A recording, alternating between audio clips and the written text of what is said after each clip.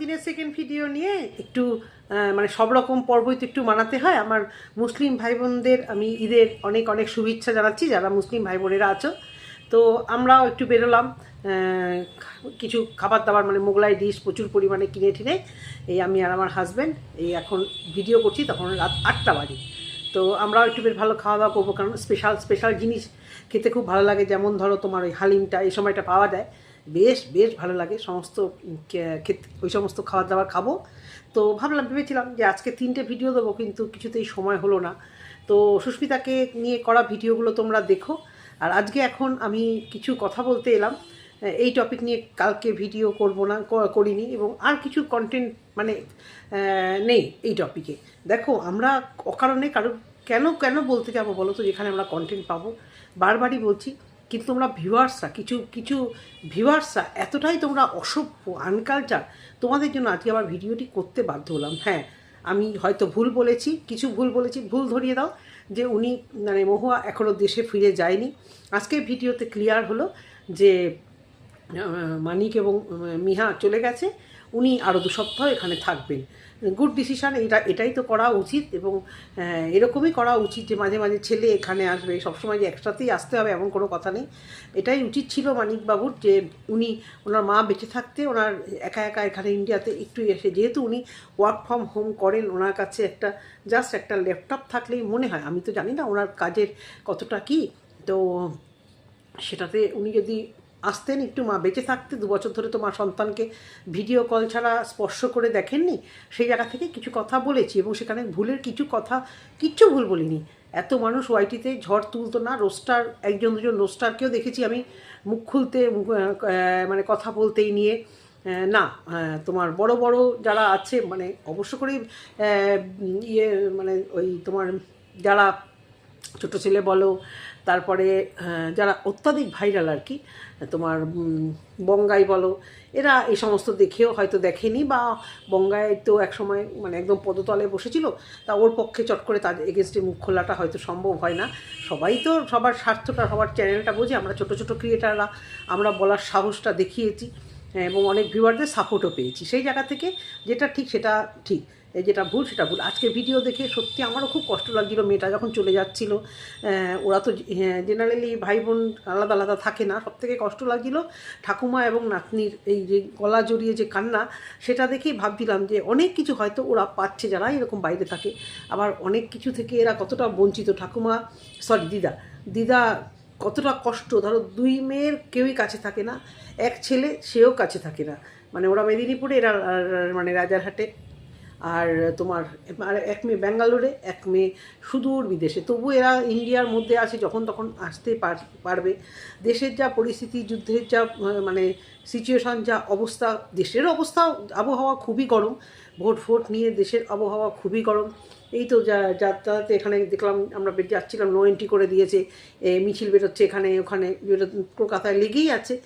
তো সেই জায়গা থেকে বলছি যে ওরা ভালোভাবে অবশ্য করে পৌঁছে যাক, সবাই ভালো থাকুক সবার জায়গাতে। এটা একটা আমারও চিন্তা হয় যে বাচ্চাটাকে নিয়ে গেছে, ঠিকঠাকভাবে পৌঁছক।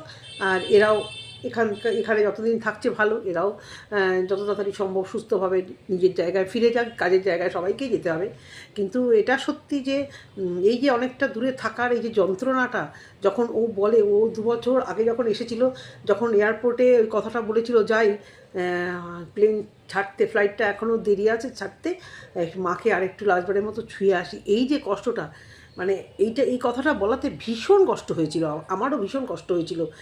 কারণ আমরা মেয়েরা জানি, বাপের বাড়ি থেকে চলে আসলে, মাকে ছেড়ে চলে আসা, মা বাবাকে ছেড়ে চলে আসার যে কষ্ট, এটা একমাত্র মেয়েরাই বুঝবে। হ্যাঁ, ছেলেরাও বাইরে থাকে, কিন্তু ওই যে সারা জীবনের মতো অনেক কিছু ত্যাগ করে চলে আসা, গত্যান্তর হয়ে যাওয়ার কষ্টটা একমাত্র মেয়েরাই বোঝে। তো এবং যার জন্য মহুয়ার মা যবে থেকে মহুয়া এসছে, একদম ওর সাথেই ওভাবেই আছে, যতক্ষণ পাচ্ছে, যতটা সময় পাচ্ছে মেয়ের সঙ্গে কাটানোর চেষ্টা করছে। তো আমি তো ভুলই বলেছিলাম, আমি ভেবেছিলাম হয়তো ফিরে গেছে, কারণ ওই যে ওর যে কথাটা বলেছে যে মা না ফেরার দেশে আর আমি এখন দেশে, আমি ভেবেছিলাম দেশ মানে ও হয়তো ওটাকেই বলবে, দেশ মানে ও তো মেদিনীপুরে কথা বলবে, কিন্তু এখনও কি তাহলে ও মেদিনীপুরেই ছিল, সেখান থেকে কি ভয়েসগুলো দিচ্ছে আর এই ভিডিওগুলো পোস্ট করছে, বোঝা যাচ্ছে না। যাই হোক, যারা ওকে তাহলে দেখেছে মেট্রো স্টেশনে এবং হাওড়া ইয়েতে তোমার হাওড়া স্টেশনে এবং সেক্টর 5-এর মেট্রোতে। তো তারা হয়তো ঠিকই দেখেই কমেন্টটা করেছে। তো এবারে আজকের ভিডিও ঠিকই আছে, কিন্তু আমি কেন ভিডিও করতে বসলাম? আমি ভিডিও করতে বসলাম কিছু বেয়াদব কিছু ইয়ে আছে না, তাদের জন্য। একজন লিখেছে, চিন্তা করতে পারো মানে এরা কতটা মানে বেয়াদব। নামটা হচ্ছে মুলজেমা খাতুন।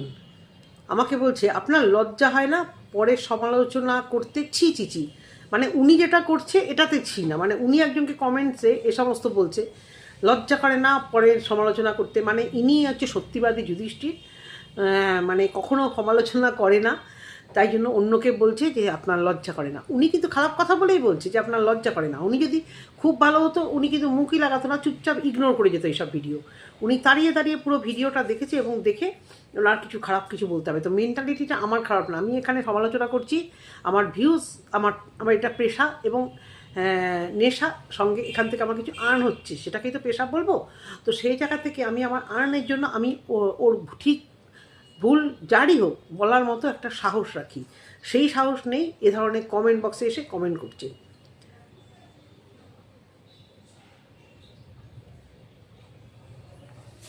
একজন লিখেছে, আপনার সত্যি কোনো কাজ নেই। এই মাথা মোটাদের আমি সত্যি কিছু বলতে চাই না।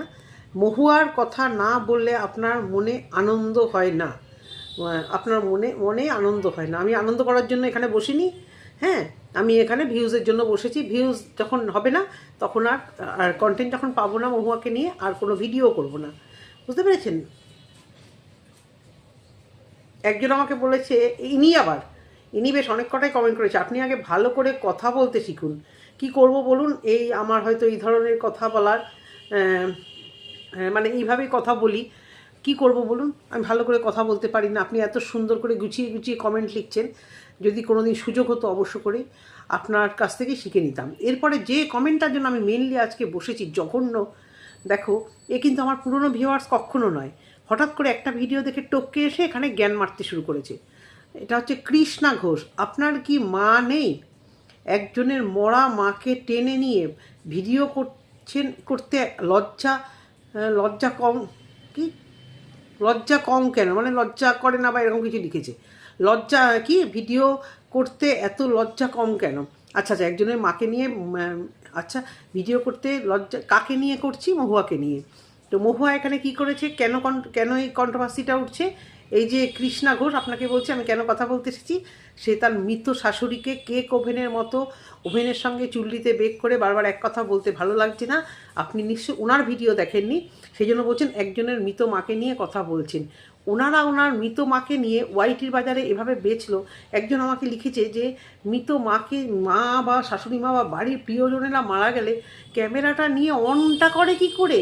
একটু পয়সার জন্য 10 দিন ভিডিওটা বন্ধ রাখা কি যেত না? স্মৃতির পাতা কি মানে মনে থাকতো না সব কিছু? তখন মারা যায় কেউ, তার মানে দুঃখে কষ্টে কোনো মানে ক্যামেরাটা নিয়ে অন করে এইভাবে ভিডিও এবং সেগুলোকে এডিট করে করে পোস্ট করা, কোথাকার কি আপনি?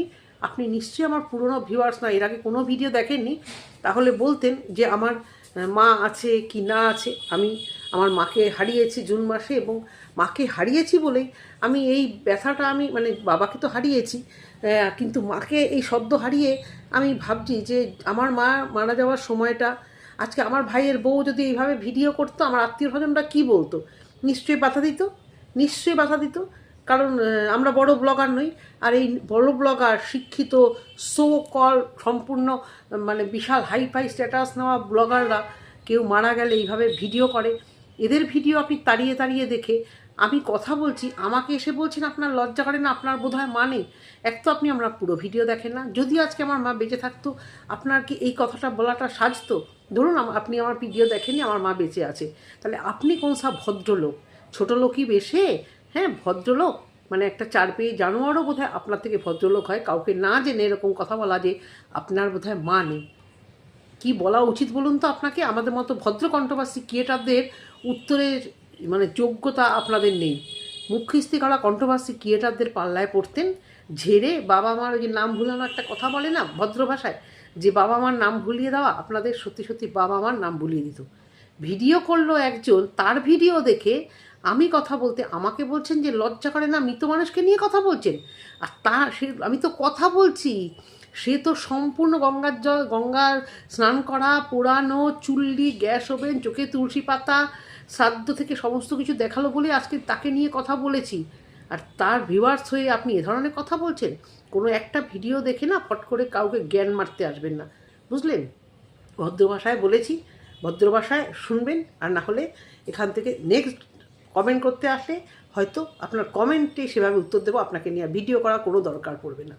আমার কথাটা ভীষণ খারাপ লেগেছে যে উনি আমার মাকে নিয়ে পর্যন্ত কথা বলেছে। এত বড় অভদ্র, অসভ্য, নির্লজ্জ হচ্ছেন আপনাদের মতো ভিউয়ার্সরা, আমরা নই। বুঝতে পেরেছেন? এরকম অনেক ঘটনা কানে আসছে, বিদেশ থেকে অনেকে অনেক কিছু জানাচ্ছে। একজন তো এটাও আমাকে জানালো, খোঁজ নিয়ে দেখুন, ওনার মেজো ভাই হয়তো ওই জায়গাটা লিখে নিয়েছে, সেই জন্য মেজো ভাই চুপ করে বসে আছে, আর এরা ওই জন্য ছড়ি ঘোরাচ্ছে। হয়তো সেই কারণে মেজো ভাই আর মেজো ভাসুর একদম মাথা নত করে সমস্ত কিছু সহ্য করে যাচ্ছে ওই প্রপার্টিটা পাওয়ার জন্য, ওই প্রপার্টি পেয়েছে তাই।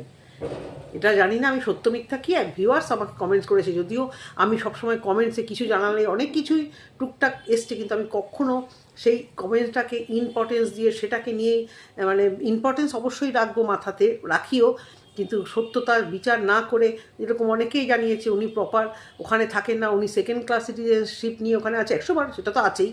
আমাদের দেশে তো আমরা ফার্স্ট ক্লাস সিটিজেনশিপ নিয়ে আছি, আর উনি সেকেন্ড ক্লাস নিয়ে আছে। এরকম তো কথা টুকটাক অনেকেই, যে আমাদের ছেলে এত বছর বিদেশে থাকে, উনি ভুলভাল ইনফরমেশন দেয়। তারপরে উনি প্রপার শহরে থাকেন না, একটু উনি সান ফ্রান্সিসকোতে থাকেন না, উনি ক্যালিফোর্নিয়াতে থাকেন। এবং আমারও কিছু কেউ থাকে ক্যালিফোর্নিয়ার, প্রপার ওটা টাউন নয়, সেই কথাটা উনি বলেছেন। সেই কথা নিয়ে আমি ভিডিও করিনি, কমেন্ট বক্সে কমেন্ট যেরকম আসছে তারা বলছে, আমি সেখানে সহমত দিয়ে আমি আমার মতো করে নিজের মতো করে ভিডিও করেছি। এবং এই ভিডিওটা করার আমার কোনো দরকার ছিল না, কারণ আজকালকার ভিডিওতে উনি সেরকম ঠিক একদম যেরকম নর্মাল একটা সুন্দর ভিডিও করা সেরকম ভিডিওই করেছেন। উনি যদি উনি কেন, যে কোনো ব্লগার যদি কিছু না করে কেন বলতে বসবো? আর এটাই আমাদের কাজ। আপনাদের খেয়ে দিয়ে কাজ নেই, আশ্চর্য, কোথা থেকে আসে এরা আজ অবধি বুঝে পেলাম না। তো এটুকুই বলার বন্ধুরা, ভিডিওটা যদি ভালো লেগে থাকে অবশ্য করে কমেন্ট সেকশানে কমেন্ট করবেন। চিন্তা করব যে নেক্সট আরেকটা ভিডিও আমি দেব কি না, যদি সময় পাই, কারণ কাজবাজ কিছুই নেই, খাবার দাবারগুলো শুধু গরম করব, বাচ্চাগুলোকে শুধু খেতে দেবো। কালকে স্যাটারডে আছে, কোনো টেনশান নেই। ভিডিওটা ভালো লাগলে অবশ্য করে কমেন্ট সেকশানে কমেন্ট করবেন। সবাই ভালো থাকবেন। আবার ঈদের শুভেচ্ছা জানিয়ে ভিডিওটা শেষ করলাম। আমার মুসলিম ভাই বোনেরা সবাই সুস্থ থাকবেন, ভালো করে এই উৎসবটিকে আপনারা উৎসবের মতো করে পালন করবেন। টাটা।